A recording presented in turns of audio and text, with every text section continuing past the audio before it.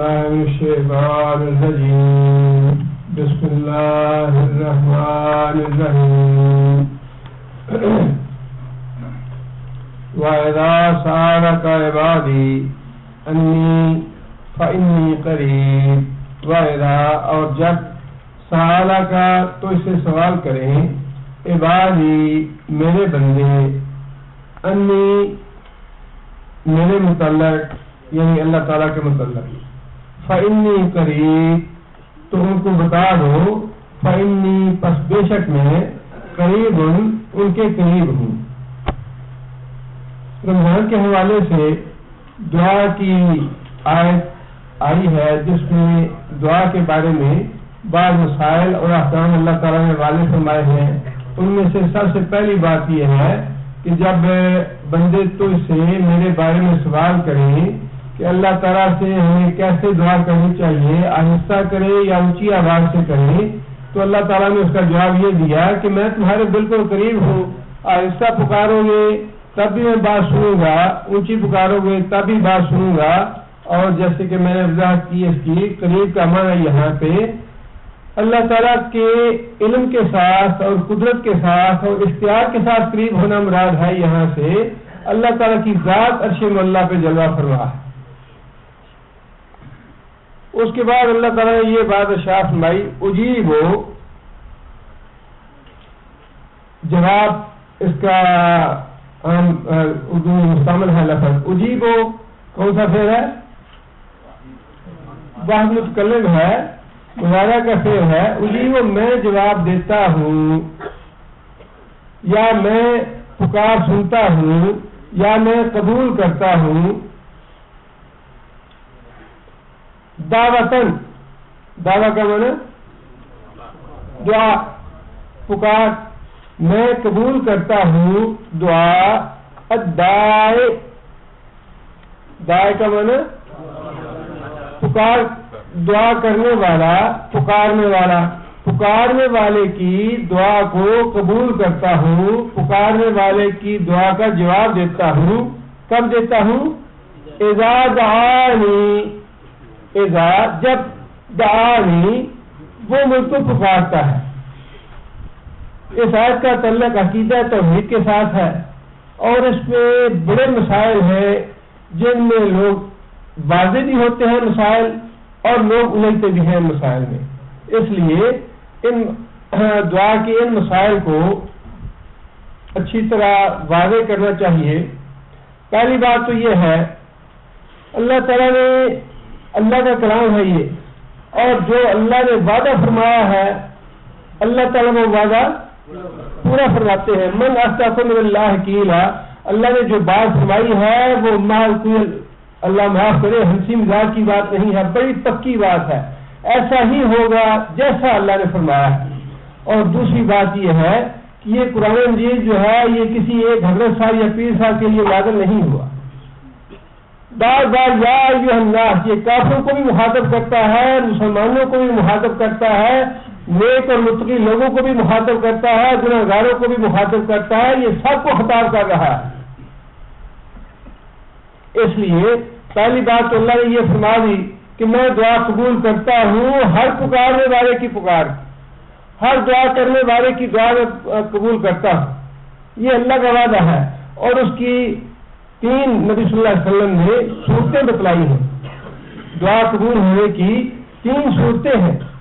ان تین صورتوں میں پہلی بات تو نبی صلی اللہ علیہ وسلم نے یہ فرمائی کہ جو انسان دعا کرتا ہے ویسی ہی دعا اللہ قبول فرما لیتے ہیں. وہ دیر یا سویر قبول ہو جاتی ہے. جو انسان اللہ سے طلب کرتا ہے اللہ تعالیٰ وہ اس کو دے دیتے ہیں. دعا قبول ہونے کی دوسری صورت یہ ہے کہ اللہ تعالیٰ اپنی حکمت کی وجہ سے اس آدمی کا وہ مطالبہ پورا نہیں کرنا چاہتے جس میں آدمی کا ہی بھلا ہوتا ہے. 6-7 سال کا بچہ ہے, وہ آپ سے مطالبہ کرتا ہے کہ بابا مجھے راڈو گھڑی لے دے. اب آپ کو پتا ہے کہ راڈو گھڑی کے ابھی لائق نہیں یہ بچہ, ابھی تو یہ نقصان کرے گا. آپ دل میں یہ بات ڈال دیتے ہیں کہ ٹھیک ہے جب یہ بڑا بچہ ہو جائے گا میں اس کو راڈو لے لوں گا, اس کی خواہش ہے میں اس کی خواہش پوری کر دوں گا, لیکن ابھی یہ اس لائق نہیں ہے. اور اللہ تعالیٰ تو ہمارے مزاج سے، ہماری عادات سے، ہمارے طور و اعتبار سے اچھی طرح واقف ہے. اس لیے جو ہم مانگتے ہیں یہ ضروری نہیں کہ اس میں ہماری بھلائی ہو، عین ممکن ہے اس میں ہمارا کوئی نقصان ہو، ہمارا خسارہ ہو. اللہ بہتر جانتے ہیں. لہذا اللہ تعالیٰ اس دعا کو پھر بھی ضائع نہیں کرتے، رد نہیں فرماتے، بلکہ نبی صلی اللہ علیہ وسلم نے فرمایا کہ اس دعا کے بدلے میں اللہ تعالیٰ اس کی کوئی آنے والی مصیبت ڈال دیتے ہیں، اس پہ کوئی آنے والی بیماری ڈال دیتے ہیں، اس پہ آنے والی کوئی آزمائش ڈال دیتے ہیں. اور یہ بھی بہت بڑی بات ہے، لیکن چونکہ انسان کو یہ علم نہیں ہوتا کہ فلاں بیماری یا فلاں آزمائش اس پہ آنے والی تھی، لہذا انسان بے چین ہو جاتا ہے یا دوسری طرح سوچنے لگتا ہے کہ پتہ نہیں شاید میری دعا قبول نہیں ہوگی.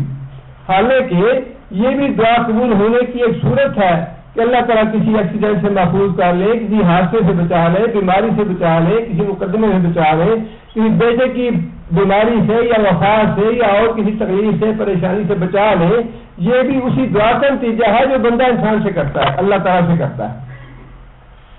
اور پھر تیسری بات نبی صلی اللہ علیہ وسلم نے فرمائی، دعا قبول ہونے کی تیسری صورت یہ ہے کہ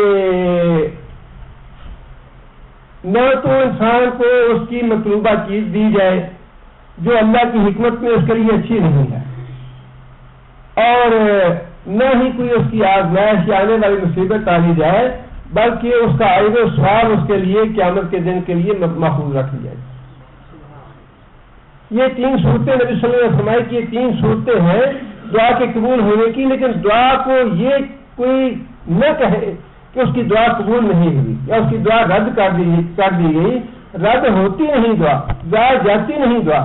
انسان اللہ کا نام لے تو یہ کیسے ہو سکتا ہے کہ اللہ تو قرآن مجید کا لفظ ہے اور اس کو اس کا اجر ثواب نہ ملے، جبکہ قرآن مجید کے حرف پہ 10 نیکیاں ملتی ہیں.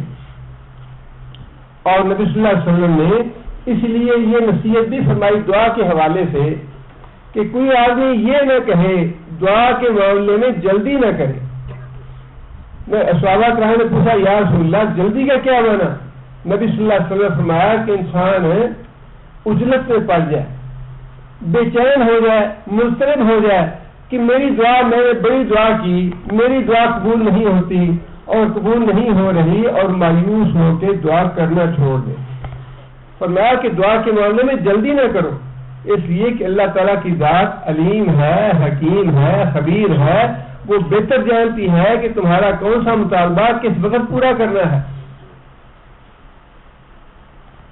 یہ تو دعا کی قبولیت کے بارے میں مختلف صورتیں جو نبی صلی اللہ علیہ وسلم نے بتائیں کہ اللہ کا وعدہ پورا ہے کہ میں تمہاری ہر دعا قبول کرتا ہوں، خواہ وہ کسی صورت میں بھی کروں، خواہ تمہاری مراد پوری کر دوں، خواہ تمہاری کوئی مصیبت اور آزمائش ٹال دوں، یا پھر اس کا اجر و ثواب تمہارے لیے محفوظ کر دوں. اب اگلی بات یہ ہے کہ یہ وعدہ کیا کچھ خاص اللہ کے جو محبوب اور پیارے ہیں یہ بات ان کے ساتھ ہے یا اللہ کی ساری مخلوق کے ساتھ ہے؟ یہیں پہ ساری آگے گڑبڑ ہوتی ہے. میری اللہ اپنے پیاروں کی تو سنتا ہے، گنہگاروں کی نہیں سنتا. ایسا یہ دھوکہ دے رکھا ہے، یہ بزرگوں کی اور حضرت صاحب کی تو سنتا ہے، اور جو مر چکے ہیں اپنی قبروں میں پڑے ہیں، جو ہماری آواز سے، ہماری پکار سے ناواقف ہیں، ناآشنا ہیں، سنتے نہیں ہیں، ان کے بارے میں شیطان نے یہ دھوکہ دے رکھا ہے کہ ان حضرت صاحب کی تو اللہ سنتا ہے، ہم گنہگار ہیں، ہماری نہیں سنے گا. یہ سب سے بڑا دھوکہ ہے شیطان کا، اور یہیں سے شرک اکبر کا راستہ نکلتا ہے کہ کیونکہ ہماری نہیں سنتا اور فلاں جو ہیں وہ تو اللہ کے بڑے محبوب ہیں، اللہ کے مقرب ہیں، اللہ کے پیارے ہیں، لہذا ان کو وسیلہ اور واسطہ بنانا چاہیے اپنی دعا قبول کروانے کے لیے. یہیں سے شرک کا راستہ کھلتا ہے، اور سارے پھر مسائل ثابت کرنے پڑتے ہیں کہ جو قبروں میں لوگ پڑے ہیں وہ سنتے ہیں، وہ ہماری آگے بات پہنچاتے ہیں اور ہم انہیں پکارتے ہیں، وہ سب کچھ جانتے ہیں، جواب دیتے ہیں، سارے عقیدے گھڑنے پڑتے ہیں.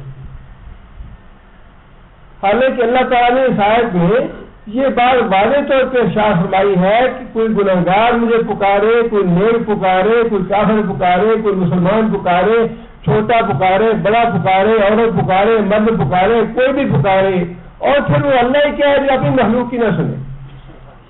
وہ اللہ ہی کیا ہے؟ ہمیں تو وہ اللہ نہیں چاہیے جو کہے مجھے مصیبت ہو اور میں تکلیف میں ہوں، میں بیماری میں پڑا ہوں، اور اللہ کہے نہیں فلاں کا واسطہ جا کے لاؤ، مجھے واسطہ ملے ہی نہ تو میں کیا کروں؟ وہ میرا اللہ ہی کیا ہے جو ہر وقت سننے کے لیے تیار نہیں ہے، یا جس کو واسطے کی ضرورت ہے؟ اور پھر یہ جو دنیا کی مثالیں ہم دیتے ہیں، اللہ معاف کرے، ایسے ایسے شیطان دلائل مہیا کر دیتا ہے. چلنے کے لیے ٹانگوں کی ضرورت ہے، دیکھنے کے لیے آنکھوں کا وسیلہ چاہیے، سننے کے لیے کانوں کا وسیلہ چاہیے. اب دیکھیں کہ جاہل آدمی کے لیے تو یہ بات بڑی ایسے دل میں اتر جانے والی ہے کہ واقعی وسیلے کے بغیر تو کوئی کام نہیں ہوتا. کسی افسر کے پاس جانا ہے تو آپ اس کو تو جانتے نہیں ہیں جب تک آپ کوئی واسطہ نہ پکڑے، اس کا جاننے والا نہ پکڑے، یا اس کا کوئی قریبی یا اس کا کوئی مقرب آدمی نہ پکڑے. یہ دنیا کے حوالے سے یہ مثالیں تو گمراہ کرنے کے لیے بہت اچھی مثالیں ہیں، اور جو قرآن و حدیث کا علم رکھنے والے نہیں ہیں، جن کی اکثریت ہے 90% لوگ ایسے ہیں جو جاہل ہیں کہ نہ قرآن پڑھتے ہیں نہ حدیث پڑھتے ہیں، اور وہ اس طرح کی باتیں سن کے فوراً متاثر ہو جاتے ہیں. اور اللہ معاف کرے، ہمیں تو تعجب ہوتا ہے کہ لیکن وہی بات ہے، شیطان نے تو گمراہ کرنا ہی کرنا ہے. اچھا بڑا عالم آدمی اور قرآن حدیث کے حوالے دینے والا، قرآن کی آیتیں پڑھنے والا، حدیث عربی کی متن پڑھ کے سنانے والا، وہ ایک آدمی نے کہا اچھا بھی چائے بناؤ، وہ کیا وہ چائے جو ہے وہ کیتلی گلاس پانی آگ کے اوپر رکھ دے گا. چائے بنانے کے لیے کیتلی کا وسیلہ چاہیے تو اللہ تک پہنچنے کے لیے وسیلہ نہیں چاہیے. آپ اندازہ لگائیں کہ وسیلے کیسے کیسے دلائل اور کیسی کیسی بیوقوفی اور حماقت کی باتیں ہیں. اللہ نے خود فرمایا لا تضربوا للہ الامثال، اللہ کے لیے دنیا کی مثالیں نہ دو. اللہ کی ذات جو ہے وہ ہمارا عقیدہ یہ ہے لا مثال لہ، کہ اللہ تعالیٰ کی کوئی مثال نہیں ہے، اللہ جیسی کوئی ذات نہیں ہے. اللہ اپنی ذات میں بالکل واحد ہے، اللہ تعالیٰ تنہا ہے، اس کی مثال دی نہیں جا سکتی. اب یہاں 200-300 آدمی بیٹھے ہیں، 200-300 آدمی کی بات تو آپ چھوڑیے، پوری دنیا میں اربوں لوگ بیٹھے ہوئے ہیں. ان سارے عرب انسانوں کی ضرورتیں کون پوری کر رہا ہے؟ عرب انسانوں کی دلوں کی باتیں کون جانتا ہے؟ ان کے ایمان سے، ان کے تقوی سے، ان کے کفر سے، ان کی نیکی سے، ان کی برائی سے کون جانتا ہے؟ کوئی ہے پیر صاحب جنہوں نے اپنے ساتھ کے بال گئے رکھے ہوں؟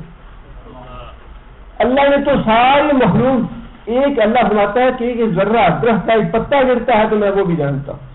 ایک درخت پہ کتنے پتے ہیں کوئی ہمیں ساری پیر صاحب بتا سکتے ہیں. بارش کے قطرے اللہ فرماتا ہے کہ میرے حکم کے بغیر بارش کا ایک قطرہ نہیں گر سکتا. ایک گھنٹہ کیا ایک سیکنڈ میں جو بارش ہوتی ہے اس کے کچھ قطرے حضرت صاحب گن کے بتا سکتے ہیں. جس مٹی پہ یا ریت پہ ہم چلتے ہیں، کوئی ہے ایسا تو بتائے کہ اپنے پاؤں کے نیچے جتنے اس کے ذرات آتے ہیں ریت کے یا مٹی کے، وہ گن کے بتا سکتا ہے کتنے ہیں. اللہ کی ذات تو وہ ہے جسے پوری کائنات کی ایک ایک ذرے کو گر رکھا ہے، شمار کر رکھا ہے. کوئی چیز یہی تو ہم کہتے ہیں کہ یہی تو اللہ کی قدرت ہے کہ اللہ تعالیٰ نے اپنے علم سے پوری کائنات کو گھیرے میں لیا ہوا ہے. کوئی چیز ایسی نہیں جو اللہ کے علم سے باہر ہو. اور یہ سب سے بڑی اللہ تعالیٰ کی تعریف ہے، یا اللہ تعالیٰ کا تعارف ہے، یا اللہ تعالیٰ کی معرفت ہے کہ انسان یہ جان جائے کہ اللہ تعالیٰ کی ذات کتنی عظیم ہے، اللہ تعالیٰ کی ذات کتنی اجل ہے، اللہ تعالیٰ کی ذات کتنی اعلیٰ ہے. اور کوئی دنیا میں ایسی مخلوق ہے نہیں، نہ فرشتوں میں سے، نہ جنات میں سے، نہ اولیاء میں سے، نہ انبیاء میں سے، جو ایسی خوبیاں رکھنے والی ہو یا جس کی ایسی صفات ہو. اللہ کے رسول نے ابھی رات کسی اولی آیت کے حوالے سے میں نے یہ بات پڑھی جس میں اللہ تعالیٰ نے حکم دیا کہ حرام مال نہ کھاؤ. نبی صلی اللہ علیہ وسلم نے یہ بات ارشاد فرمائی کہ میں ایک بندہ ہوں تم جیسا، میں بندہ ہوں تم جیسا، اور بعض اوقات یہ ممکن ہے کہ دو فریق مقدمہ میرے پاس آئیں، ایک ان میں زیادہ چرب زبان ہو، زیادہ چالاک ہو، اور وہ اپنا مقدمہ اچھی طرح پیش کر سکے اور مجھے دھوکہ دے جائے، اور میں فیصلہ اس چرب زبان آدمی کے حق میں کر دوں. کتنا عقیدہ نبی صلی اللہ علیہ وسلم نے واضح کر دیا کہ مجھے پتہ نہیں تم دونوں میں سچا کون سا ہے، لیکن تم دونوں میں سے ممکن ہے ایک آدمی زیادہ چرب زبان ہو لیکن ہو وہ جھوٹا، لیکن اپنی چرب زبانی کی وجہ سے وہ اپنے آپ کو سچا ثابت کر دے میرے سامنے اور میں اس کے حق میں فیصلہ کر دوں۔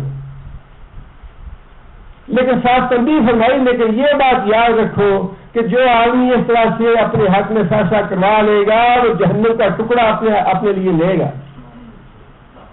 اس نے جہنم کا ٹکڑا لے لیا اپنے لیے۔ اب اس سے بڑی بات اور کیا ہو سکتی ہے کہ اللہ کے رسول جو ہیں ان میں بھی یہ بشری تقاضے ہیں، وہ بھی ایسا کوئی دعویٰ نہیں فرما رہے کہ میں غیب کا علم جانتا ہوں، یا مجھے پتا چل جائے گا یہ آدمی سچا ہے یہ جھوٹا ہے، یا میں فیصلہ غلط نہیں کروں گا۔ یہ بھی فرما دیا کہ ممکن ہے میں فیصلہ غلط کر دوں، غلطی کا امکان مجھ سے بھی ہو سکتا ہے۔ ایک آدمی کو میں زیادہ چرب زبان دیکھ کے اور اس کی باتوں سے زیادہ متاثر ہو جاؤں۔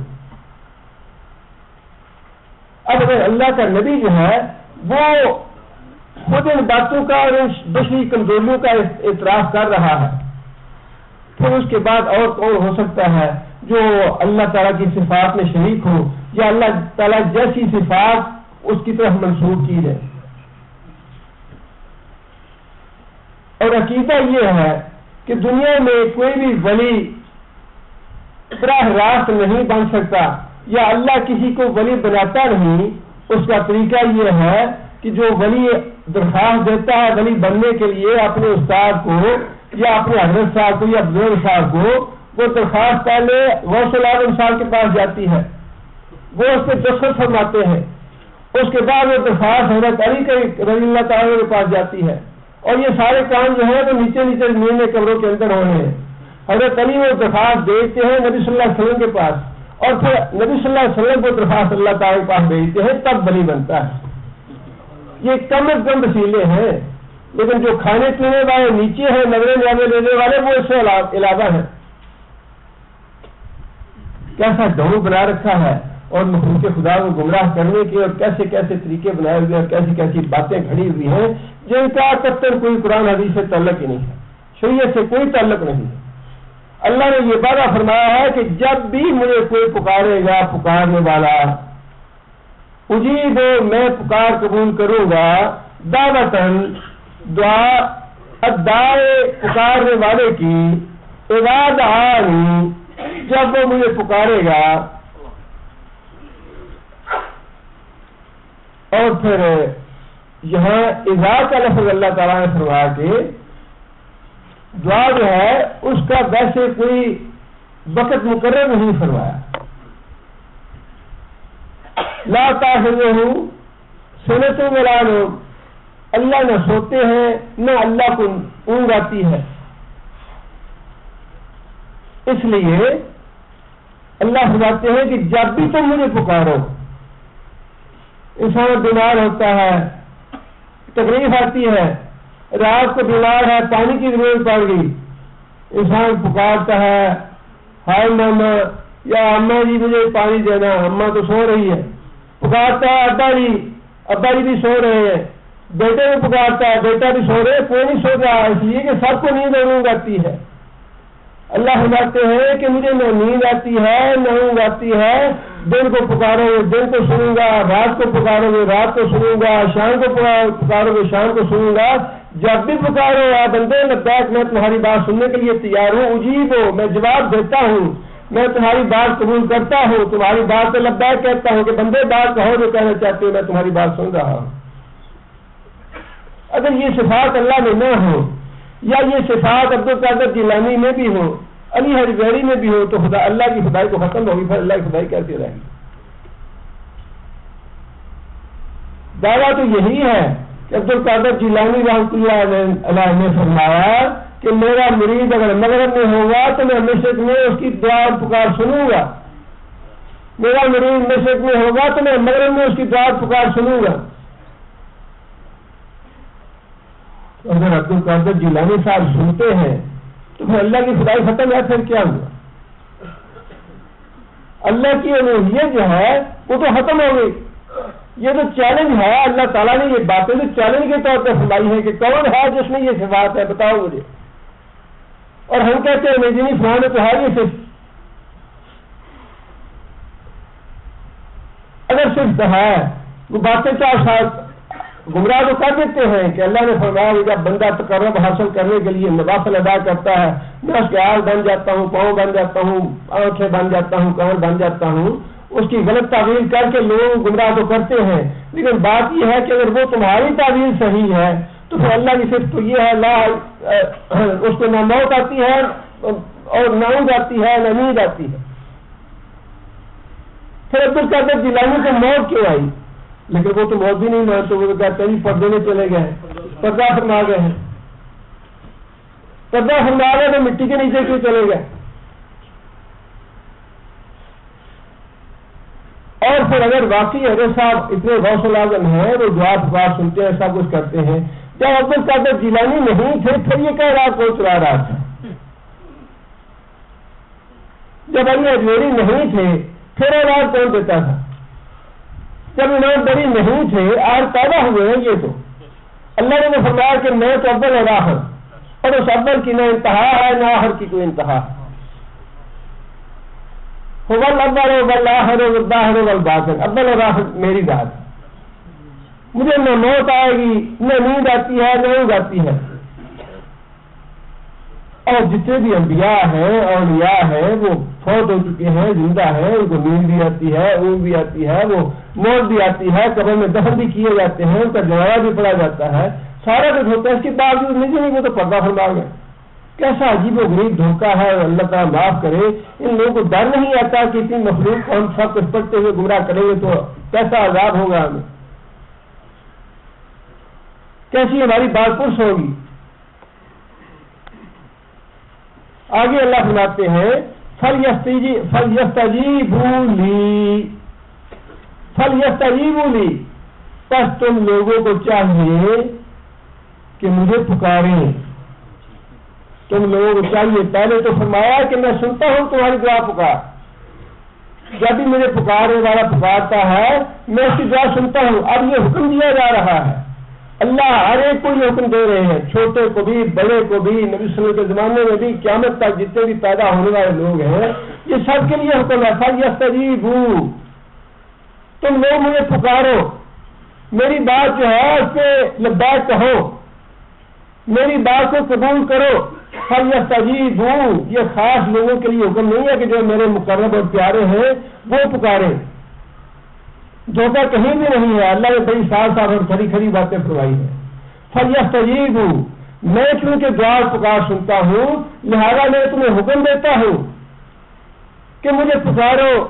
اور آگے فرمایا وَلْيُؤْمِنُوا بِي، وَلْيُؤْمِنُوا بِي، حالانکہ کہ حکم تو پہلے ہی کافی تھا کہ تم مجھے پکارو، میری بات پہ لبیک کہو، میں جو حکم دیتا ہوں اس حکم کی اطاعت اور فرما برداری کرو کہ مجھ سے دعا کرو. لیکن آگے پھر اضافہ کیا فرمایا؟ وَلْيُؤْمِنُوا بِي، کیا مانا؟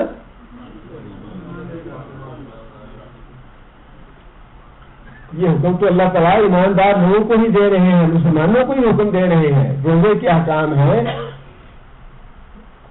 وراثت کے احکام ہیں، مسلمانوں کے لیے ہے نا. مسلمانوں کو اللہ فرما رہے ہیں وَلْيُؤْمِنُوا بِي، یہاں ایمان کا معنی ہے یقین کرنا. میری بات پہ یقین کرو کہ میں تمہاری سنوں گا، مجھے واسطے کی ضرورت نہیں ہے. جب بھی پکارو گے دن کے وقت یا رات کے وقت میری بات پہ یقین کرو، میں تمہاری بات سنوں گا، تمہاری بات کا جواب دوں گا، تمہاری دعائیں قبول کروں گا. اس کے بعد دھوکہ کس بات کا؟ اسی لیے بار بار اللہ تعالیٰ نے قرآن مجید میں یہ بات ارشاد فرمائی فَلَا تُصْرَفُونَ، کہ یہ سمجھ نہیں آتی اتنے دلائل سننے کے بعد، اتنی باتیں سننے کے بعد فَلَا تُصْرَفُونَ، یہ بیوقوف پھرائے کہاں سے جاتے ہیں، کہاں سے دھوکہ کھاتے ہیں. بات سمجھنے کے لیے تو بڑی سیدھی سی ہے. حضرت سلیم رضی اللہ تعالیٰ کا شوہر فوت ہو گیا. حضرت ابو طلحہ رضی اللہ تعالیٰ نے مشرک تھے، انہوں نے پیغام بھیج دیا نکاح کا. سلیم مسلمان تھی. آدمی اچھا اچھے نام سے معروف تھے ابو طلحہ. مرضی تھی ام سلیم کی بھی کہ نکاح ہو جائے، لیکن ام سلیم نے کہا کہ ابو طلحہ مجھے بڑا افسوس ہے تمہاری حالت پہ کہ تمہیں اس بات پہ شرم نہیں آتی کہ تم نے اپنے پاس لکڑی کا بت رکھا ہوا ہے، اور یہ لکڑی تو زمین سے پیدا ہوتی ہے، ایک درخت کا ٹکڑا ہے، درخت سے کاٹ کے فلاں حبشی کاریگر نے اس کو گھڑا ہوا ہے اور تم نے اس کو اپنے علاج لایا ہوا ہے، تمہیں شرم نہیں آتی اس کی پوجا کرتے ہوئے یا اس کو پکارتے ہوئے؟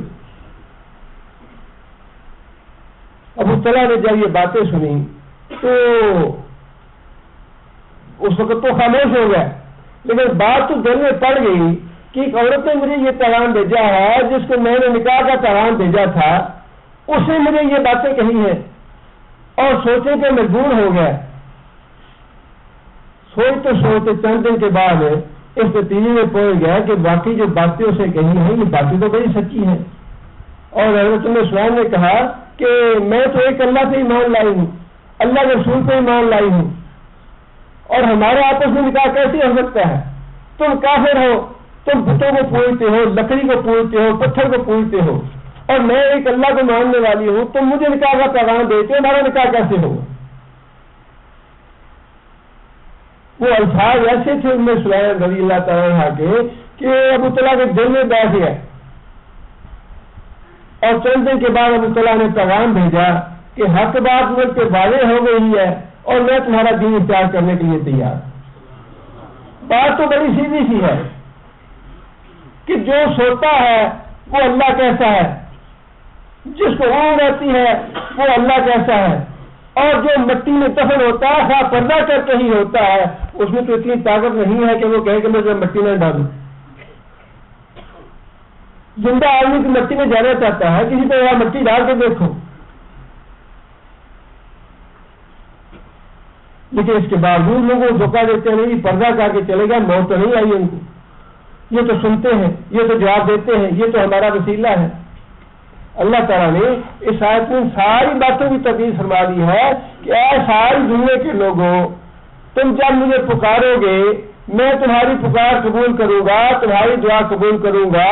اور یہ اللہ تعالیٰ نے وعدہ کرنے کے بعد یہ حکم دیا فَلْيَسْتَجِيبُوا لِي، مجھ سے دعا کرو، تو میں جو حکم دے رہا ہوں تو اس حکم کو مان لو، اس حکم پہ لبیک کہو. اور صرف یہی نہیں کہا بلکہ آگے یہ فرمایا بل یؤمنوا بی، اور جو باتیں میں نے کہی ہیں ان پہ یقین کر لو، ان کو مان لو. یہ بالکل ایسا ہی ہے، پکارو گے تو میں تمہاری پکار سنوں گا، تمہاری پکار کا جواب دوں گا، تمہاری دعائیں قبول کروں گا. اور پھر دعا کے معاملے میں یہ بات بھی ذہن میں رکھنی چاہیے کہ اللہ تعالیٰ کا عام وعدہ یہی ہے کہ میں تمہاری دعا قبول کروں گا، لیکن کسی مصلحت کی وجہ سے، جیسے کہ میں نے عرض کیا مختلف صورتیں ہیں اس کی، وہ جو صورتیں ہیں وہ ہر ایک کے لیے ہے، خواہ کوئی نبی ہے یا ولی ہے یا عام آدمی ہے. جب کسی مصلحت کی بنا پہ اللہ کسی کی دعا قبول نہ کرنا چاہے تو وہ پیغمبر کی دعا کو بھی رد کر سکتا ہے. کسی مصلحت کی بنا پہ جب اللہ تعالیٰ کسی دعا کو قبول نہ کرنا چاہے تو اللہ تعالیٰ پیغمبر کی دعا کو بھی قبول نہیں کرتے.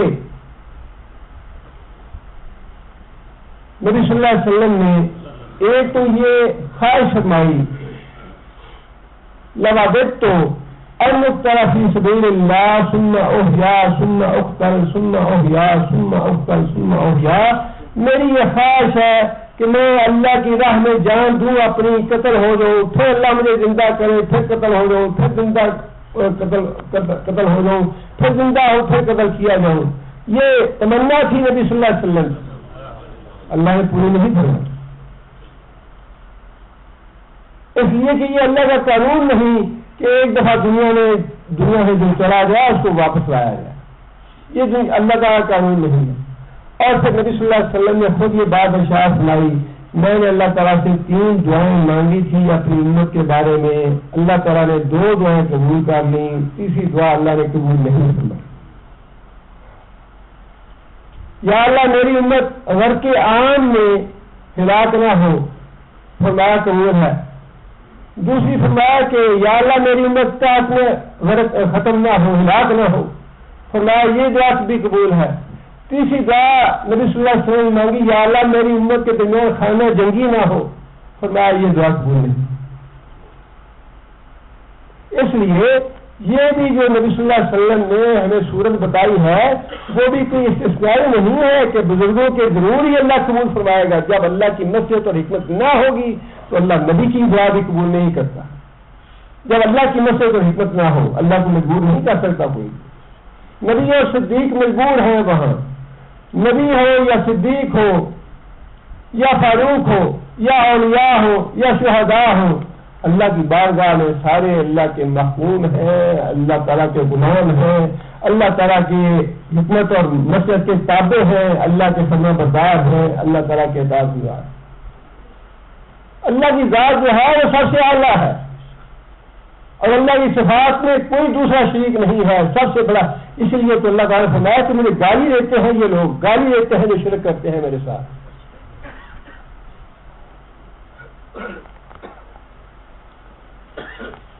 آگے اللہ فرماتے ہیں لعلہم یرشدون، لعلہم یرشدون، تم میری بات مانو، میرے حکم کو مانو، مجھ پہ یقین کرو، لعلہم یرشدون، تاکہ سیدھا راستہ پاؤ۔ رشد کہتے ہیں نیکی کے راستے کو، ہدایت کے راستے کو۔ ہدایت اسی میں ہے کہ اللہ کا حکم مان لو، اللہ کی باتوں پہ یقین کر لو، ہدایت اسی میں ہے۔ اور اللہ کی بات وہی ہے جو اللہ تعالیٰ نے ارشاد فرمائی کہ جو بھی دعا کرے گا میں اس کی دعا قبول کروں گا، اس کی دعا سنوں گا۔ آگے اللہ فرماتے ہیں جیسے کہ میں نے عرض کیا کہ یہ سارے نیکی کے کام ہیں جو مختلف ہیں، آپس میں بظاہر ان کا کوئی ربط نہیں ہے، لیکن زندگی میں ان باتوں کے ساتھ واسطہ پڑتا ہے ہر مسلمان کو۔ زندگی کا ذابطہ اللہ تعالیٰ بتا رہے ہیں، یہ بھی کرو، یہ بھی کرو، یہ بھی کرو، یہ سارے نیکی کے کام ہیں، یہ تمہیں اپنی زندگی میں پیش آنے والے معاملات ہیں، واقعات ہیں، لہذا جب تمہیں پیش آئیں تو ان کے ساتھ تمہیں یوں کرنا چاہیے۔ اب جس طرح پہلے رمضان کے چند احکام بیان فرمائے تھے اللہ تعالیٰ نے، اور رمضان کے حوالے سے دعا کی باتیں اللہ تعالیٰ نے بتا دیں، اب پھر وہی رمضان کے مسائل اور احکام ہیں۔ اللہ فرماتے ہیں احل لکم ليلة الصيام الرفث إلى نسائكم، اس حکم سے پہلے یا تو حکم تھا یا اپنے طور پہ یہ بات ذہن میں پرانی شریعتوں کی وجہ سے موجود تھی کہ رمضان کے مہینے کی راتوں میں مرد اپنی بیویوں کے پاس نہیں جا سکتے، یہ بھی منع ہے۔ اور دوسری بات یہ تھی کہ جب روزہ دار افطاری کے بعد سو جاتا اس کے بعد پھر اس کا اگلا روزہ شروع ہو جاتا۔ پہلی امتوں میں یہی بات تھی اور یہ بڑی مشقت والی بات تھی۔ اور ایسا واقعہ بھی ایک ہوا کہ ایک صحابی باہر سے کام کاج کر کے آئے، افطاری کا وقت تھا اور انہوں نے بیوی سے پوچھا کہ افطاری کے لیے کوئی چیز ہے؟ بیوی صاحبہ نے کہا کہ افطاری کے لیے گھر میں تو کوئی چیز نہیں، آپ ذرا گھر میں ٹھہریں، میں کہیں سے پتا کر کے لاتی ہوں کھانے کے لیے کچھ۔ وہ گئی تو جب واپس آئی تو وہ صحابی سو چکے تھے۔ اب سونے کی وجہ سے ان کا اگلا روزہ شروع ہو گیا۔ اگلا روزہ انہوں نے اسی طرح رکھ لیا بھوکے پیٹ، اور اگلے دن پھر ان پہ بے ہوشی طاری ہو گئی، روزہ نبھا نہ سکے۔ اس کے بعد اللہ تعالیٰ نے مسلمانوں پہ یہ رحمت فرمائی، حکم یہ دے دیا کہ ایک تو رمضان کی راتوں میں تمہارا اپنی بیویوں کے پاس جانا یہ اللہ تعالیٰ نے جائز کر دیا ہے۔ دوسرا یہ کہ سحری تک تمہیں کھانے کی اجازت ہے، اس سے پہلے اگر تم سو بھی جاؤ تو تمہارا روزہ شروع نہیں ہوگا، بلکہ روزے کی ابتدا جو ہے وہ سحری کے وقت سے ہوگی۔ یہ مثال اور احکام اللہ تعالیٰ نے ان آیتوں میں ارشاد فرمائے ہیں۔ اللہ فرماتے ہیں احل، حلال کیا گیا، لکم واسطے تمہارے، لیلۃ الصیام، رمضان کی راتوں میں، رفث ہو، رفث کہتے ہیں اپنے بیوی کے ساتھ کوئی بھی خاص گفتگو ہو یا عمل ہو، جو بھی ہو اس کو رفث کہا جاتا ہے۔ فرمایا کہ رمضان کی راتوں میں تمہارا اپنی بیویوں کے پاس جانا یہ حلال کر دیا گیا ہے الی نسائکم تمہاری اپنی بیویوں کے پاس. ہن لباس لکم وانتم لباس لہن. ہن وہ یہی بیویاں لباس لکم تمہارا لباس ہے وانتم اور تم لباس ہو لہن ان کا. اللہ تعالیٰ نے یہ قرآن مجید کا جو ادب ہے ادبی انداز ہے ان میں سے ایک بہت ہی اہم اور بہت ہی اعلیٰ فصیح و بلیغ یہ آیت ہے جس میں اللہ تعالیٰ نے استعارے استعمال فرما کے یہ بات ہمیں سمجھائی ہے کہ بیوی کا مرد کے ساتھ تعلق کیسا ہے. بڑا خوبصورت استعارہ ہے. کوئی علماء عرب جو تھے وہ اس طرح کا استعارہ استعمال نہیں کر سکے اور آشش کر تھے اس استعارے پہ جو اللہ تعالیٰ نے مرد اور عورت کے تعلق کے لیے استعمال فرمایا کہ تم لوگ بیویوں کا لباس ہو بیویاں تمہارا لباس ہے. لباس کا کام کیا ہے؟ انسان کے جسم کی پردہ پوشی کرتا ہے. انسان کے جسم کی پردہ پوشی کرتا ہے. اور جب یہ فرمایا کہ تم اپنی بیویوں کے لباس ہو اور بیوی جو ہے وہ اپنے شوہر کا لباس ہے تو اس کا مطلب کیا ہے کہ میاں اور بیوی کو ایک دوسرے کے راز محفوظ رکھنے چاہیے, ایک دوسرے کی پردہ پوشی کرنی چاہیے.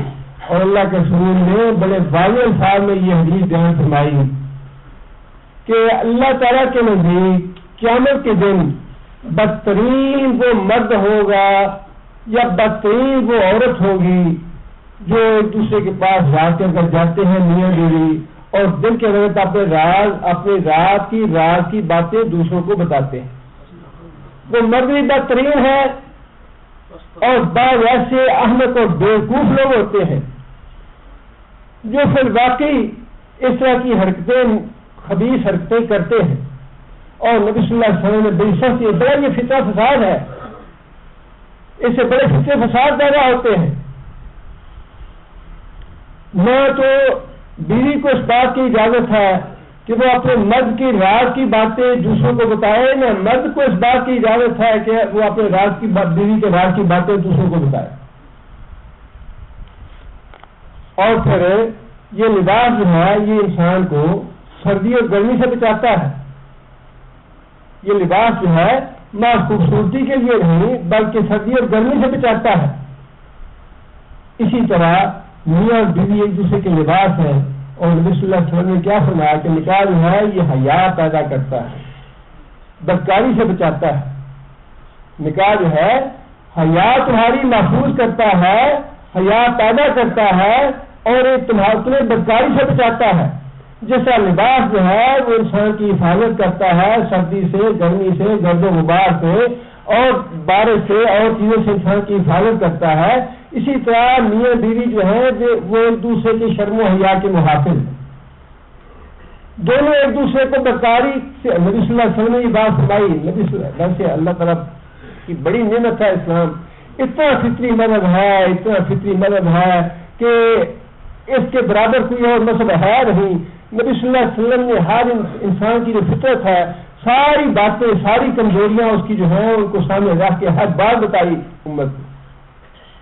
نبی صلی اللہ علیہ وسلم گھر سے باہر تشریف لائے, کسی عورت کو نظر پڑی اور نبی صلی اللہ علیہ وسلم گھر واپس تشریف لائے, اپنی زوجہ محترمہ سے اپنی ضرورت پوری کی اور صحابہ کرام کے درمیان تشریف لائے.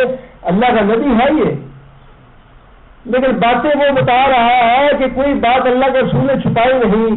یہی تو وہ حق ہے رسالت کا جو نبی صلی اللہ علیہ وسلم نے ادا کیا ہے. صحابہ نے تشریف لائے اور آ کے بتایا صحابہ کرام کو کہ میں ایسے گھر سے نکلا تھا, میری نظر ایک عورت پہ پڑی جو مجھے اچھی لگی اور میں گھر واپس گیا. میں نے جا کے اپنی عورت سے اپنی بیوی سے وہ حاجت پوری کی. لہذا تمہارے ساتھ بھی اگر ایسا ہو کہ تم گھر سے باہر نکلو, بے پردہ عورت کوئی خبیث نظر آ جائے اور تمہیں گمراہ کرنے کی کوشش کرے یا تمہارے جذبات میں ہیجان پیدا ہو تو واپس اپنے گھر میں جاؤ, اپنی بیوی سے جا کے ضرورت پوری کرو. کتنا سچا اور کھڑا نبی ہے اور کس حد تک تعلیم دی اللہ کے رسول نے اپنی امت. یہودیوں نے تو تانا دیا حضرت سلمان فارسی کو کہ تمہارا نبی وہ چھوٹی چھوٹی باتیں تمہیں بتاتا ہے. تمہارا نبی یہ بھی بتاتا ہے استنجا ایسے کرو, طہارت خانے میں یوں جاؤ, فلاں ایسے کرو, فلاں ایسے کرو. حضرت سلمان فارسی نے ندامت محسوس نہیں کی, اس پہ تو بڑا فخر محسوس کرنا چاہیے. یہ باتیں جو ہیں یہ تو نبی صلی اللہ علیہ وسلم کی نبوت کے دلائل میں سے ہے کہ اللہ کے نبی نے اپنے گھر کی یا اپنی ذات کی کوئی بات ان میں سے چھپا کے نہیں رکھی. حضرت سلمان فارسی نے بڑے فخر سے یہ بات کہی کہ ہاں ہمارا نبی تو بڑا ہمارا محسن ہے, ہمارا بڑا مشفق ہے, ہمارے اوپر بڑی وہ مہربانی کرتا ہے, ہمیں ساری چھوٹی چھوٹی باتیں بتاتا ہے کہ استنجا بھی یوں کرو, اتنی مرتبہ کرو, ہڈی سے استنجا نہ کرو, مٹی کے ڈھیلے سے استنجا کرو, پانی سے استنجا کرو. فرمایا کہ ہاں ہمارا نبی جو ہے وہ ہمیں ہر بات بتاتا ہے ہماری, اور یہ باتیں تو بڑی فخر کی باتیں ہیں اگر کوئی سمجھے تو.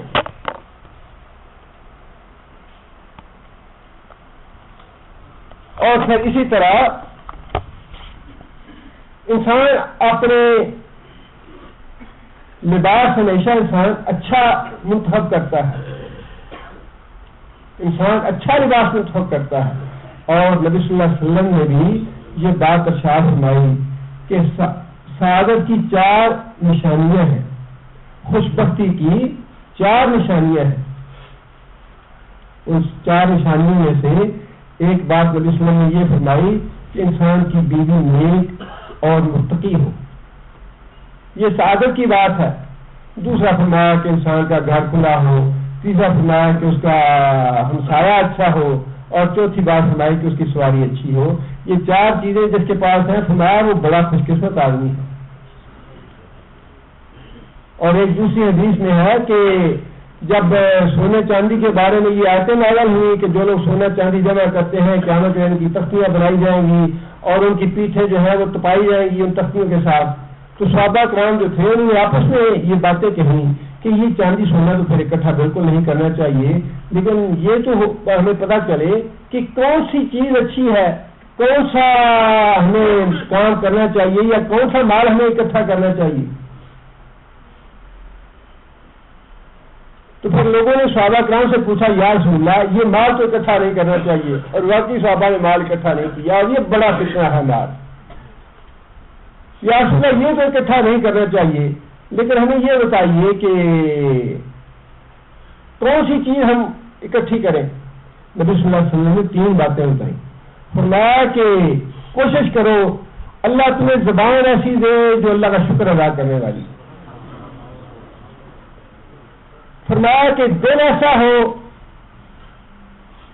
جو اللہ کا شکر ادا, زبان ایسی ہو جو اللہ کا ذکر کرنے والی ہو, دل ایسا ہو جو اللہ کا شکر کرنے والا ہو. اور تیسری بات یہ ارشاد فرمائی کہ دعا یہ کرو اللہ تعالیٰ تمہیں ایسی عورت دے جو تمہاری آخرت کے معاملے میں تمہاری مددگار بنے, آخرت کے مقابلے میں تمہاری مددگار بنے. اور یہی بات یہاں فرمائی اللہ تعالیٰ نے, لباس جو ہے وہ اچھا دیکھ کے دو.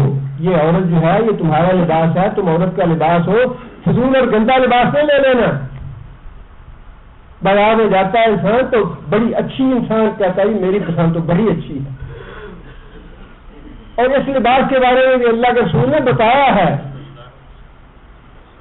کہ مال کی وجہ سے, حسب نسب کی وجہ سے یا دین کی وجہ سے نکاح کیا جاتا ہے. فرمایا کہ تیری ناک خاک آلود ہو, دین کو دیکھ کے نکاح کرنا ورنہ ذیل و رسوا ہو جاؤ گے. اگر دین کو نہیں دیکھو گے, اس میں خوبصورتی کو دیکھو گے, مال کو دیکھو گے, حسب نسب کو دیکھو گے, دین کو نظر انداز کر دو گے تو ذلیل و رسوا ہو جاؤ. لباس خریدنا ہو تو انسان کو پھونک بجا کے دے, بھائی پیسے دینے ہیں نا, ساری زندگی بسر کرنی ہے, وہ تمہارا لباس ہے تم ان کا لباس ہو. اور پھر اسی طرح جس طرح انسان اپنے لباس پہ کوئی داغ دھبا گوارا نہیں کرتا, اچھا نہیں لگتا, اسی طرح میاں بیوی کو بھی اس طرح سے رہنا چاہیے کہ ایک دوسرے پہ چھینٹے نہ اڑائیں, ایک دوسرے کے لباس پہ دھبے نہ لگائیں, دوسرے دیکھنے والوں کو یہ پتہ نہ چلے کہ یہ تو گندا لباس ہے اس کا. اگر عورت جو ہے وہ اچھی نہیں ہوگی دنیا دار ہوگی وہ مرد کے لباس کو دار کر دے گی، اور اگر مرد جو ہے بدکار ہوگا، شرابی زانی ہوگا، حرام خور ہوگا، تو وہ اس اچھے لباس کو، جو دیندار ہے، جو نیک اور پاک متقی عورت ہے، اس کے لباس کو گندا کر دے گا۔ یہ ایسا استعارہ اللہ تعالیٰ نے فرمایا ہے کہ جتنے بھی آپ اس پہ سوچتے جائیں کہ بڑا ایسا کہ اس کی کوئی مثال نہیں دی جا سکتی کہ عورتیں تمہارا لباس ہے، تم عورتوں کا لباس ہو۔ آگے یہ بات ارشاد فرمائی، علم اللہ انکم کنتم تختارون انفسکم فتاب علیکم وعفا عنکم۔ بعض ایسے واقعات ہوئے، وہی بات ہے کہ فطری مذہب ہے۔ اب انسان رمضان کا پورا مہینہ، ہر انسان کی جو خواہش نفسانی ہوتی ہے اور ان کے پاس جانے کا خواہش ہوتی ہے، کسی کی کم ہوتی ہے، کسی کی زیادہ ہوتی ہے، کوئی برداشت کر پاتے ہیں، کوئی برداشت نہیں کر پاتے۔ پورا رمضان کا مہینہ اور پھر کھانا پینا جو ہے وہ بھی ویسے تو انسان کو کمزور کرتا ہے، لیکن اس کے باوجود مختلف طباع ہوتے ہیں، مختلف مزاج ہوتے ہیں۔ بعض لوگوں سے یہ بات ہو گئی کہ وہ اپنی عورتوں کے پاس چلے گئے رمضان کے مہینے میں، لیکن دل میں یہ بات جو ہے وہ کسک موجود تھی، یا وہ ایک احساس جرم موجود تھا کہ ہم کام غلط کر رہے ہیں، یہ ممنوع ہے کام اور ہم یہ کام کر رہے ہیں، تو احساس جرم تھا اندر دل میں۔ حالانکہ اللہ نے ایسا حکم نہیں دیا تھا، پہلے سے پہلی شریعتوں سے یا پہلی امتوں سے ایک بات چلی آ رہی تھی اور وہی بات مسلمانوں کے دلوں میں بیٹھی ہوئی تھی۔ اس کو اللہ تعالیٰ نے واضح فرما دیا کہ جو تمہارے دل میں احساس جرم پیدا ہوا ہے، یہ دل سے باہر نکال دو۔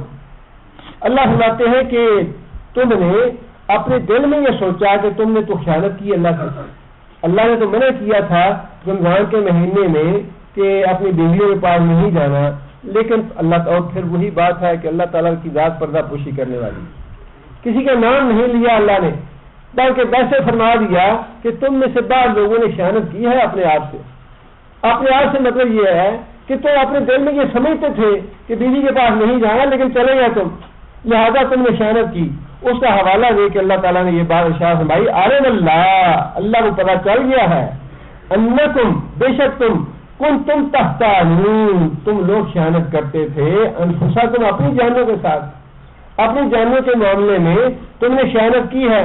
فتاب علیکم، اللہ تعالیٰ تمہارے اوپر پلٹ آیا، اللہ نے تمہارے اوپر رحم فرما دیا، اللہ نے تمہارے اوپر نظر کرم کر دی۔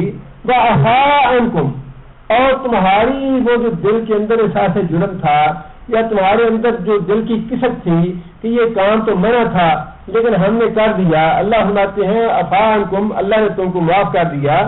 فالآن، اب حکم یہ ہے، باشروہن، ان سے مباشرت کرو۔ اجازت مل گئی کہ رمضان کی راتوں میں اپنی بیویوں کے پاس تمہارا جانا تمہارے لیے حلال کر دیا ہے، اس کو جائز کر دیا ہے۔ دل میں جو تمہارے قسم تھی اب اس کو نکال دو کہ یہ شاید کوئی غلطی ہے یا جرم ہے، ایسی بات نہیں، اور جو وہ پہلے ہو چکا اللہ وہ تمہیں معاف کرنے والے ہیں۔ آگے فرمایا کہ وابتغوا ما كتب اللہ لکم، وابتغوا کیا مانا؟ یہاں پہ ابغا تغوا تو بہت استعمال ہوتا ہے، ہر آدمی کرتا ہے۔ وابتغوا کیا مانا؟ تلاش کرو، چاہو، حاصل کرو۔ کیا حاصل کرو؟ اپنی بیویوں کے پاس جا کے وہ چیز جو کتب اللہ نے لکھی، لکم، واسطے تمہارے، کیا مطلب؟ اولاد، جس کا مطلب یہ ہے کہ بیوی کے پاس جانے کا مقصد کیا ہونا چاہیے؟ اولاد مقصد ہونا چاہیے۔ جو دوسرے انسان کے بشری تقاضے ہیں وہ تو اب خود پورے ہو جائیں گے، بشری تقاضے اب خود پورے ہو جائیں گے، ان کا نام لینے کی ضرورت نہیں ہے، وہ تو ہے ہی، لیکن جو اصل مقصد ہے وہ نسل انسانی کا بقا ہے۔ یہ جتنی بھی بدماشی کی صورتیں ہیں، منصوبہ بندی کی، اور بچے دو ہی اچھے، اور یہ فلاں اور یہ فلاں، اور جو عمر قوم لوط تھا وہ بھی حرام ہو گیا اس سے، اور جو نبی صلی اللہ علیہ وسلم نے بات ارشاد فرما دی کہ وہ آدمی مجھ پہ ایمان نہیں لایا جو اپنی بیوی کے پاس بدعت کے راستے سے جاتا ہے، وہ آدمی مجھ پہ ایمان نہیں لایا، اس لیے کہ جو مقصد بتایا شریعت نے بیوی کے پاس جانے کا وہ تو ہے اولاد کا حصول، نسل انسانی کا بقا، اور اگر اس میں انسان رکاوٹ پیدا کر دے یا اس کے خود ہی تجربے کرنے شروع کر دے یا خود ہی یہ کہے جی بچے دو ہی اچھے، یہ ساری کافر والی باتیں ہیں، یہ ساری بے ایمانی کی باتیں ہیں، اللہ کے رسول کے ایمان والی بات نہیں ہے۔ اللہ رسول نے فرمایا کہ وہ آدمی جو اس غرض کے علاوہ اپنی عورت کے پاس جاتا ہے، خواہ بدعت کے راستے جاتا ہے یا ویسے وہ خاندانی منصوبہ بندی کرتا ہے، فرمایا وہ جو ایمان نہیں لایا، بیوی کے پاس جانا ہے تو اولاد کی غرض سے جاؤ۔ اور پھر نبی صلی اللہ علیہ وسلم نے یہ بات بھی ارشاد فرمائی ہے کہ قیامت کے دن میں اپنی امت کی کثرت پہ فخر کروں گا، فرمایا کہ ایسی عورت سے نکاح کرو جو زیادہ بچے پیدا کرنے والی ہو، ایسی عورت سے نکاح کرو جو زیادہ بچے پیدا کرنے والی ہو۔ مطلب یہ ہے کہ اس کی خاندان کی عورتوں کو دیکھ لو، کیونکہ یہ چیزیں جو ہیں ان کا تعلق جو ہے وہ انسان کے قیاسے کے ساتھ ہے، ورنہ آئندہ کا تو معاملہ کوئی نہیں جانتا کیا ہوگا کیا نہیں ہوگا۔ لیکن نبی صلی اللہ علیہ وسلم کے اس حکم کا مطلب یہ ہے کہ اس کی خاندان کی عورتوں کو دیکھو، جس خاندان کی عورتوں میں زیادہ عورتوں کے ہیں عورتوں کے بچے زیادہ پیدا ہوتے ہیں ان سے نکاح کرو۔ آگے پھر یہ بات ارشاد فرمائی، وہی بات جو ایک پہلے ذہن میں بیٹھی ہوئی تھی کہ جب آدمی افطاری کے بعد سو جائے گا تو اس کا روزہ شروع ہو جائے گا۔ اب اللہ تعالیٰ نے وہ پابندی بھی ختم فرما دی، وہ بات بھی ذہنوں سے نکال دی، فرمایا وَكُلُوا وَاشْرَبُوا، کھاتے رہو پیتے رہو حتیٰ کہ يَتَبَيَّنَ لَكُمُ الْخَيْطُ الْأَبْيَضُ مِنَ الْخَيْطِ الْأَسْوَدِ مِنَ الْفَجْرِ، یتبین واضح ہو جائے، لکم واسطے تمہارے، خیط الابیض سفید دھاگا، من الخیط الاسود سیاہ دھاگے سے، من الفجر فجر کے وقت سیاہ دھاری یا سیاہ دھاگا سفید دھاری یا سفید دھاگے سے الگ ہو جائے، نمایاں ہو جائے، ان کا فرق معلوم ہو جائے۔ جب یہ آیت نازل ہوئی تو بعض صحابہ کرام دوسرے بھی انہوں نے سفید داری اور سفید سیاہ دھاگا لے کے اپنے پاس رکھ لیا۔ حضرت علی بن حاتم رضی اللہ تعالیٰ نبی صلی اللہ علیہ وسلم کے پاس آئے اور آ کے کہنے لگے یا رسول اللہ میں نے تو سیاہ دھاگا سفید دھاگا اپنے تکیے کے نیچے رکھا تھا رہا اور ساری رات میں دیکھتا رہا اور مجھے تو پتا نہیں چلا اس کا فرق کب ہوا۔ نبی صلی اللہ علیہ وسلم نے سنایا کہ ابھی تمہارا تکیہ تو بہت بڑا ہے کہ تم نے دن اور رات اس کے نیچے رکھ لیا۔ اس سے مراد ہے سفید دھاگے سے مراد ہے فجر صبح صادق فجر کا وقت یا سحری کا وقت، اور سیاہ دھاگے سے مراد ہے رات کی تاریکی۔ اور یہی وہ بات ہے جس کے بارے میں علماء فرماتے ہیں کہ قرآن مجید کی تفسیر جو ہے وہی قابل قبول ہے جو اللہ کے رسول نے فرمائی ہے۔ حدیث کے بغیر سنت کے بغیر قرآن مجید کی تفسیر و تشریح ہوتی نہیں۔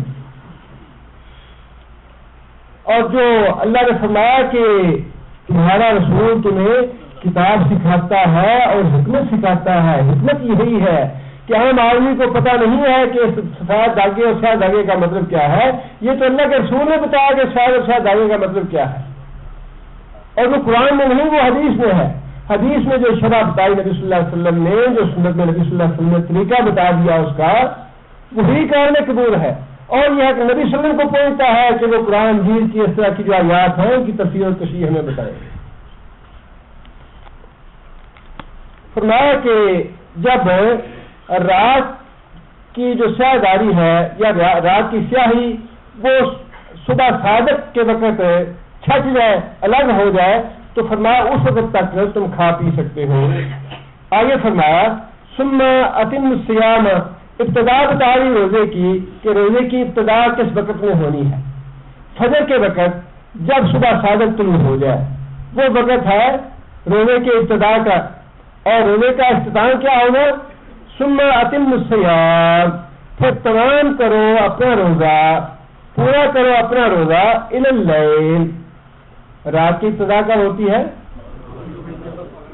جیسے ہی سورج غروب ہوتا ہے رات کی ابتدا شروع ہو جاتی ہے، لہذا فرمایا کہ جیسے ہی رات کی ابتدا ہو روزہ ختم کر دو۔ آگے پھر یہ بات ارشاد فرمائی وَلَا تُبَاشِرُوهُنَّ، اور اپنی عورتوں سے کیونکہ اعتکاف بھی رمضان کے مہینے میں ہوتا ہے، لہذا اعتکاف کے مسائل بتانے بھی ضروری تھے۔ نبی صلی اللہ علیہ وسلم ہر مہینے میں 10 دن کا اعتکاف فرماتے تھے، 21 سے لے کر 29 یا 30 روزے تک۔ اعتکاف کا معنی ہے اپنے آپ کو روک لینا، اور جیسا کہ اس آیت سے واضح ہے کہ اعتکاف جو ہے وہ مسجد میں ہی ہوتا ہے، مسجد میں 10 دن کے لیے یا 9 دن کے لیے خالص اللہ کی عبادت کے لیے بیٹھ جانا، اپنے دنیا کے سارے کام کاج چھوڑ کے اپنے گھر میں نہ جانا، اپنے بیوی بچے اور گھر کے معاملات سے بالکل لا تعلق ہو جانا، اللہ کی خالص عبادت کرتے رہنا دن رات، یہ اعتکاف کہلاتا ہے۔ اور اللہ تعالیٰ نے اس کے لیے یہ حکم دیا لا تباشروہن وانتم عاکفون فی المساجد، جب تم مساجد میں اعتکاف میں بیٹھے ہو تو اس اعتکاف کی حالت میں اپنی بیویوں سے مباشرت نہ کرو، وہ منع ہے۔ تلک حدود اللہ، اللہ فرماتے ہیں کہ یہ اللہ کی قائم کی ہوئی حدیں ہیں۔ فلا تقربوها، فلا تقربوها، ان حدوں کے قریب بھی نہ جاؤ۔ ایک تو یہ بات ہے کہ ان حدوں کو عبور نہ کرو، لا تعتدوها نہیں فرمایا کہ ان حدوں کو عبور نہ کرنا، بلکہ فرمایا ہے کہ ان حدوں کے قریب بھی نہ جانا۔ اور نبی صلی اللہ علیہ وسلم نے اس کی وضاحت کیوں فرمائی ہے؟ فرمایا کہ شریعت میں حلال اور حرام چیزیں بالکل واضح ہیں، بعض چیزیں جو ہیں ان کے بارے میں واضح طور پہ شریعت نے بتا دیا یہ حلال ہے یہ حرام ہے، لیکن بعض چیزیں جو ہیں وہ مشتبہ ہیں، ملی جلی ہیں، ان کے بارے میں بعض اوقات یہ بات واضح نہیں ہو پاتی کہ یہ حلال ہے یا حرام ہے، اس کو چھوڑنا چاہیے یا اس کو اپنانا چاہیے۔ نبی صلی اللہ علیہ وسلم نے فرمایا کہ ہر بادشاہ کی ایک چراگاہ ہوتی ہے اور اللہ تعالیٰ کی بھی ایک چراگاہ ہے، اور اللہ کی چراگاہ کیا ہے؟ اللہ کی قائم کی ہوئی حدیں، جو ان حدوں کے قریب جائے گا این ممکن ہے کہ وہ ان حدوں کو عبور کر جائے۔ اس بات کا امکان ہے کہ اس حد کو عبور کر جائے، لہذا اچھا یہ ہے کہ ان کے قریب بھی نہ پھٹکو۔ زنا کو جانے والے جتنے راستے تھے وہ اللہ تعالیٰ نے بند کر دیے، یہی مطلب ہے کہ اس گناہ کو جانے والے جو راستے ہیں ان کے قریب بھی نہ جاؤ، اور خوشبو لگا کے بازار میں نہ جائے، خوشبو اس کا راستہ ہے، منع کر دیا۔ فرمایا کہ ایسے زیور نہ پہن کے جاؤ پاؤں میں جن کی آواز آتی ہو کہ کوئی غیر مرد تمہاری طرف متوجہ ہو جائے۔ فرمایا کہ بے حجاب ہو کے باہر نہ جاؤ۔ یہ سارے زنا کی حدیں ہیں، اللہ تعالیٰ نے یہ بند اس لیے کیے کہ ان حدوں کے قریب بھی نہ کوئی جائے، ان کو عبور کرنا تو دور کی بات، ان کے قریب بھی نہ جاؤ۔ جس طرح سے کوئی شک ہو یہ شاید حلال کا ہو یا حرام کا ہو، فرمایا چھوڑ دو اس کو۔ حضرت ابوبکر صدیق رضی اللہ تعالیٰ عنہ نے گھر میں کوئی کھانا آیا اور کھا لیا، اور بعد میں ان کو بتایا گیا کہ یہ کھانا جو ہے یہ تو فلاں طرح کا تھا جس میں حرمت کا شائبہ تھا، تو حضرت ابوبکر صدیق رضی اللہ تعالیٰ عنہ نے اپنے منہ میں انگلی ڈال کے وہ کھانا باہر نکل دیا کہ شبہ والی چیز جو ہے وہ بھی پیٹ کے اندر نہ جائے۔ آگے اللہ فرماتے ہیں کذالک یبین اللہ، اسی طرح اللہ تعالیٰ واضح کرتے ہیں آیات ہی، اپنی آیتوں کو، اپنے احکام کو، اپنے فرامین کو، للناس واسطے لوگوں کے، لعلہم یتقون تاکہ وہ متقی بن جائیں، تاکہ وہ پرہیزگار بنے، تاکہ وہ اللہ سے ڈرنے والے ہو جائیں۔ آگے پھر اللہ تعالیٰ نے حلال اور حرام چیزوں کے بارے میں احکام دیے، اور یہ بھی وہی نیکی کے احکام ہیں جن سے انسان کو واسطہ پڑتا ہے اپنی زندگی میں۔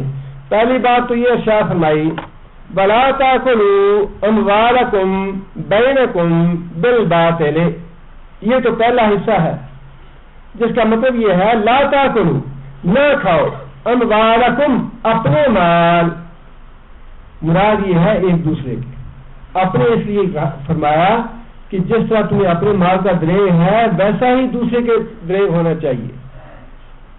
جتنا دریغ تمہیں اپنے مال کا ہے، اپنی ملکیت کا ہے، ویسا ہی دریغ یتیم کے مال کا ہونا چاہیے، ویسا ہی دریغ تمہیں بیوہ کے مال کا ہونا چاہیے۔ ایسا نہ سمجھو کہ بیوہ کا مال یا یتیم کا مال ہاتھ پڑتا ہے تو اس کو ہڑپ کر دیں۔ بینکم بالباطل، باطل طریقے سے، ناجائز طریقے سے، حرام طریقے سے، فرمایا کہ آپس میں تم لوگ حرام طریقے سے ایک دوسرے کے مال نہ کھاؤ۔ اس آیت کے تحت جتنے بھی ناجائز اور حرام طریقے ہیں مال کمانے کے، وہ سارے کے سارے اللہ تعالیٰ نے منع فرما دیے۔ چوری کا مال کمانا یا حاصل کرنا، ڈاکہ ڈال کے مال حاصل کرنا، دھوکہ دے کے، فریب دے کے، جھوٹی قسم کھا کے مال بیچنا یا حاصل کرنا، رشوت لینا یا دینا، سود کھانا، حرام مال کی خرید و فروخت کرنا، اور اسی طرح اور جو بھی طریقے، یہ سارے مختلف طریقے ہیں جو حرام ہیں۔ اللہ تعالیٰ نے حکم یہ دیا ہے کہ یہ حرام طریقے ہیں، ان سے آپس میں ایک دوسرے کے مال نہ کھائیں، یہ حرام ہے دوسرے کے لیے۔ آگے پھر یہ بات ارشاد فرمائی وَتُدْلُوا، یہاں مراد یہ ہے وَلَا تُدْلُوا، وہ لام جو پیچھے آیا ہے وہ یہاں بھی استعمال ہوگا۔ وَلَا تُدْلُوا بِهَا، اور تم لوگ نہ لے جاؤ بِهَا إِلَى الْحُكَّامِ، اپنے مالی معاملات کو إِلَى الْحُكَّامِ، حکام کے پاس، لِتَأْكُلُوا، تاکہ تم کھاؤ، فریقاً، اس مال کا ایک ٹکڑا، اس مال کا ایک حصہ، من اموال الناس، لوگوں کے مال سے، بالاسم، ساتھ گناہ کی، وانتم تعلمون، اور تم لوگ جانتے بوجھتے ہو۔ کیا مطلب ہے آیت کا؟ پہلی آیت کا حصہ جو ہے وہ تو بالکل واضح ہے کہ جو بھی حرام طریقہ ہے مال کمانے کا، جھوٹ سے کمایا، دھوکے سے کمایا، فریب سے کمایا، خیانت سے کمایا، چوری سے کمایا، ڈاکے سے کمایا، یہ سارے معروف طریقے ہیں کہ یہ سارے کے سارے حرام ہیں۔ وہ تو پہلی آیت کے حصے میں اللہ تعالیٰ نے فرما دیا کہ یہ حرام ہے، یہ نہ کھاؤ۔ اب دوسری آیت میں اور وضاحت کے ساتھ یہ بات ارشاد فرمائی کہ ایسے مقدمے حکام کے پاس نہ لے کے جاؤ جن میں حرام حاصل ہونے کی توقع ہو، تمہیں حرام ملنے کی امید ہو۔ مثال کے طور پہ اکثر یہاں پہ ایسا ہوتا ہے کہ ایک آدمی نے انویسٹمنٹ کے لیے پیسے دے دیے کسی دوسرے بھائی کو، یا سعودی کے ساتھ اشتراک کر لیا، قانونی طور پہ ان کے پاس کوئی ایسی دستاویز نہیں ہے جس کو وہ عدالت میں چیلنج کر سکیں۔ جس سے پیسے لیے ہیں اسے بھی یہ پتا ہے کہ پیسے دینے والے کے پاس کوئی ایسا ثبوت نہیں جس کو عدالت میں پیش کر سکے۔ لاکھ ہزار دے دیا، اچھا بھائی میں یہ انویسٹ کرتا ہوں اور تم اس سے بزنس کرو اور ہم پروفٹ شیئر کر لیں گے۔ آدمی بے ایمان ہو گیا، اب اسے یہ پتا ہے کہ جس سے پیسے دیے اس کے پاس کوئی ثبوت نہیں ہے۔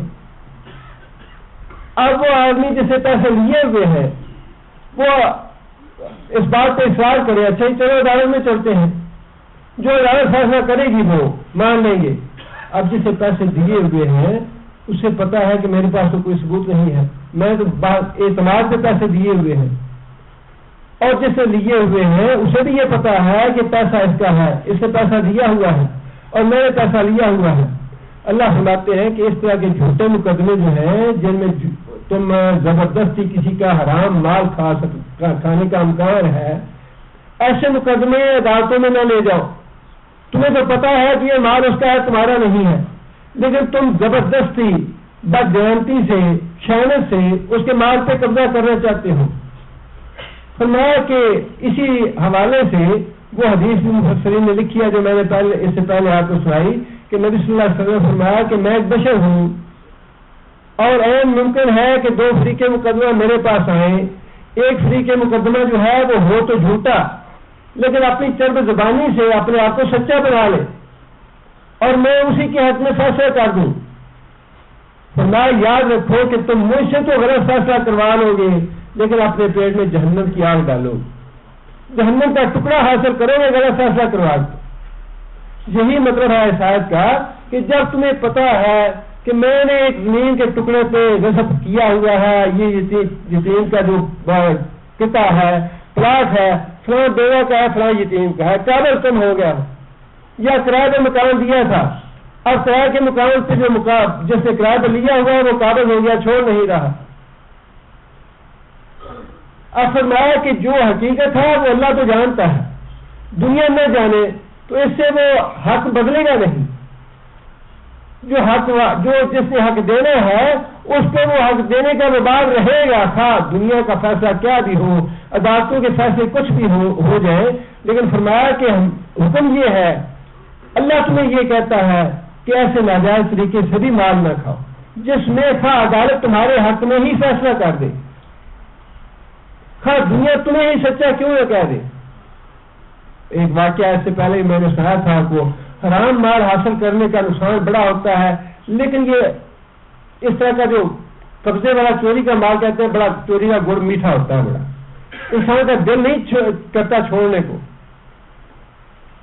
ایک آدمی نے خود اپنا واقعہ لکھا کہ میں سبزی فروش تھا اور ایک خاتون میرے پاس آئی, اس کے پاس 500 روپے کا نوٹ تھا, اس نے مجھے دیا آ کے اور میں اس سے کچھ سبزی وغیرہ خریدنے کے بعد اس نے مجھے کہا کہ مجھے باقی پیسے واپس دو, اور میری نیت جو ہے وہ خراب ہو گئی. میں خیانت پہ اتر آیا, میں نے شور ڈال دیا کہ تم نے تو مجھے کوئی پیسے نہیں دیے, تم مجھے پیسے دو.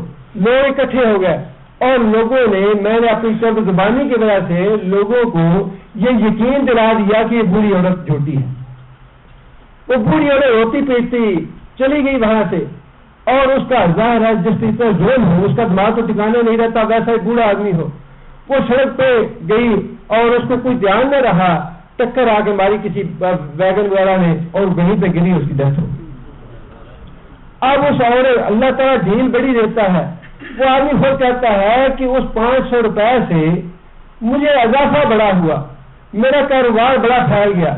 پہلے میری دکان سبزی فروش کی تھی, پھر میں نے اپنی باقاعدہ دکان بنائی, بڑا بزنس ہو گیا میرا, پھر میں نے اچھی جگہ پہ شادی کر لی, اولاد بھی ہو گئی. اب دیکھیے یہ 1 یا 2 مہینے کی بات نہیں, یہ سالوں, اللہ سالوں ڈھیل دیتا رہتا ہے.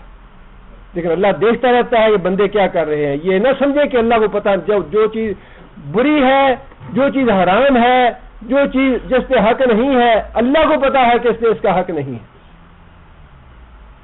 اس نے لکھا کہ 2 بیٹے اور 1 بیٹیاں اللہ نے مجھے دی شادی کے بعد.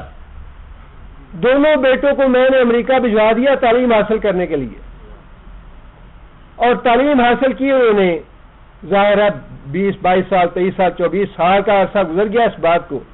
کہنے لگا کہ میں بھول گیا کہ میں نے کیا کیا تھا, یا کسی کو میں نے لوٹا تھا, یا کسی کی جان کا میں نے جان لی ہے میں نے کسی پہ ظلم کر کے. اس کے بعد بیٹی تھی, وہ اپنے ملک میں پاکستان میں پڑھتی رہی, اور ہوا یہ کہ جو بیٹے تھے جب تعلیم سے فارغ ہو گئے تو میں نے پھر ان کی شادی کا پروگرام بنایا. بیٹوں کو میں نے لکھا کہ فلاں تاریخ پہ تم آ جاؤ, فلاں مہینے میں میں تمہاری شادی کرنا چاہتا ہوں. میں بڑے خوشی سے اور بڑے اچھے خیالات لے کے ایئرپورٹ جا رہا تھا. راستے میں موبائل پہ مجھے کسی نے اطلاع دی کہ جس جہاز پہ تمہارے بیٹے دونوں پاکستان آ رہے تھے وہ جہاز کریش ہو گیا. دونوں نوجوان بیٹوں کی ڈیتھ ہو گئی. کہتا ہے کہ میں نے جب یہ بات سنی تو وہی اس بوڑھی عورت والی میری کیفیت ہو گئی. میں سڑک پہ گاڑی چلا رہا تھا, مجھے کچھ ہوش نہ رہی کہ میں کیا کر رہا ہوں. میری گاڑی کا ایکسیڈنٹ ہو گیا. گاڑی کا ایکسیڈنٹ ہوا تو میری ٹانگ ٹوٹ گئی, اور وہاں میں ایئرپورٹ جانے کی بجائے سیدھا واپس ہسپتال پہنچ گیا. میں جب ہسپتال گیا تو میں نے اپنی بیٹی سے کہا کہ بیٹی میں تو بیٹے ویسے مر گئے ہیں اور میں اسپتال میں پڑا ہوں اور تم جاتی ہو پڑھنے کے لیے کالج میں، جب تک میں گھر واپس نہیں آتا تم اپنے گھر پہ ہی رہو۔ لڑکی نے کالج جانا چھوڑ دیا۔ اب کہتا ہے کہ ایک دن ڈاکہ پڑا، دن کے وقت میں اسپتال میں تھا اور ڈاکہ پڑا گھر میں، ڈاکو آئے اور انہوں نے گھر کا سارا مال لوٹ لیا، بیٹی کو گولی مار دی۔ اب جب یہ ساری صورتحال پیش آئی، اس کے بعد وہ پھر اس نے لکھا ہوا تھا کہ میں بڑی تمنا کرتا ہوں، میری بڑی حسرت ہے کہ کاش مجھے بری مائی مل جائے، میں اس کے پیسے واپس کر دوں، میں اس سے معافی مانگوں، یہ کروں وہ کروں، لیکن جب وقت نکل جاتا ہے تو وقت تو ہاتھ نہیں آتا، گزرا ہوا وقت ہاتھ نہیں آتا۔ لیکن اللہ تعالیٰ نے یہی بات ارشاد فرمائی ہے کہ حرام مال مت کھاؤ۔ حضرت عبداللہ بن مسعود یا کسی دوسرے صحابی سے کسی آدمی نے پوچھا کہ میں مستجاب الدعوات بننا چاہتا ہوں، میری دعائیں اللہ قبول کر لیں، کوئی طریقہ بتاؤ گے؟ انہوں نے ایک ہی بات بتائی، کہہ رہے کہ رزق حلال کھاؤ، مستجاب الدعوات بن جاؤ، حلال روزی کھاؤ خود بھی اور اپنے بچوں کو بھی۔ اور خود نبی صلی اللہ علیہ وسلم نے یہ بات ارشاد فرمائی، نہ دعا قبول ہوتی ہے، نہ صدقہ قبول ہوتا ہے، نہ نماز قبول ہوتی ہے۔ فرمایا کہ ایک آدمی بڑا دور دراز کا سفر کر کے آتا ہے اور حرم شریف میں بیت اللہ شریف کا پردہ پکڑ کے کہتا ہے یا رب یا رب یا رب، بڑا لمبا سفر کر کے آیا ہے، بڑی مشقت کر کے آیا ہے۔ فرمایا کہ اللہ اس کی دعا کیسی قبول کرے کہ تمہارا گوشت پوشت جو ہے وہ تو حرام مال سے پلا ہوا ہے۔ فرمایا کہ ایک آدمی کپڑا خریدتا ہے اور اس کے کپڑے خریدنے میں ایک دینار جو ہے وہ حرام کا تھا۔ فرمایا جب تک وہ نماز قمیض پہن کے نماز پڑھتا رہے گا اس وقت تک اس کی نماز قبول نہیں ہوگی، اور کما کا رسول اللہ صلی اللہ علیہ وسلم۔ فرمایا کہ صدقہ کرو گے حرام مال کا، اللہ صدقہ قبول نہیں فرمائے گا۔ اس لیے پہلے یہ بات ارشاد فرمائی کہ حرام کے جتنے طریقے ہیں ان سے دور رہو، بڑی بے برکتی ہے، اولاد نافرمان ہوگی، گھر برباد ہو جائے گا، بے سکونی، بے چینی، بیماریاں، مقدمے، یہ ساری جتنی بھی ٹینشن اور ڈپریشن کی چیزیں ہیں یہ سارے حرام مال کی کمائی، یہ انسان کو سکون نہیں دیتی۔ سکون جو ہے وہ ساری دنیا پھر لیں، مزاروں پہ چلے جائیں، پیروں کے پاس چلے جائیں، ڈاکٹروں کے پاس چلے جائیں، حکیموں کے پاس چلے جائیں، واللہ یہ کہیں سے نہیں ملے گا۔ یہ تو آسمانوں سے نازل ہوتا ہے سکون، اور آسمانوں سے نازل کرنے والا ہی دیتا ہے۔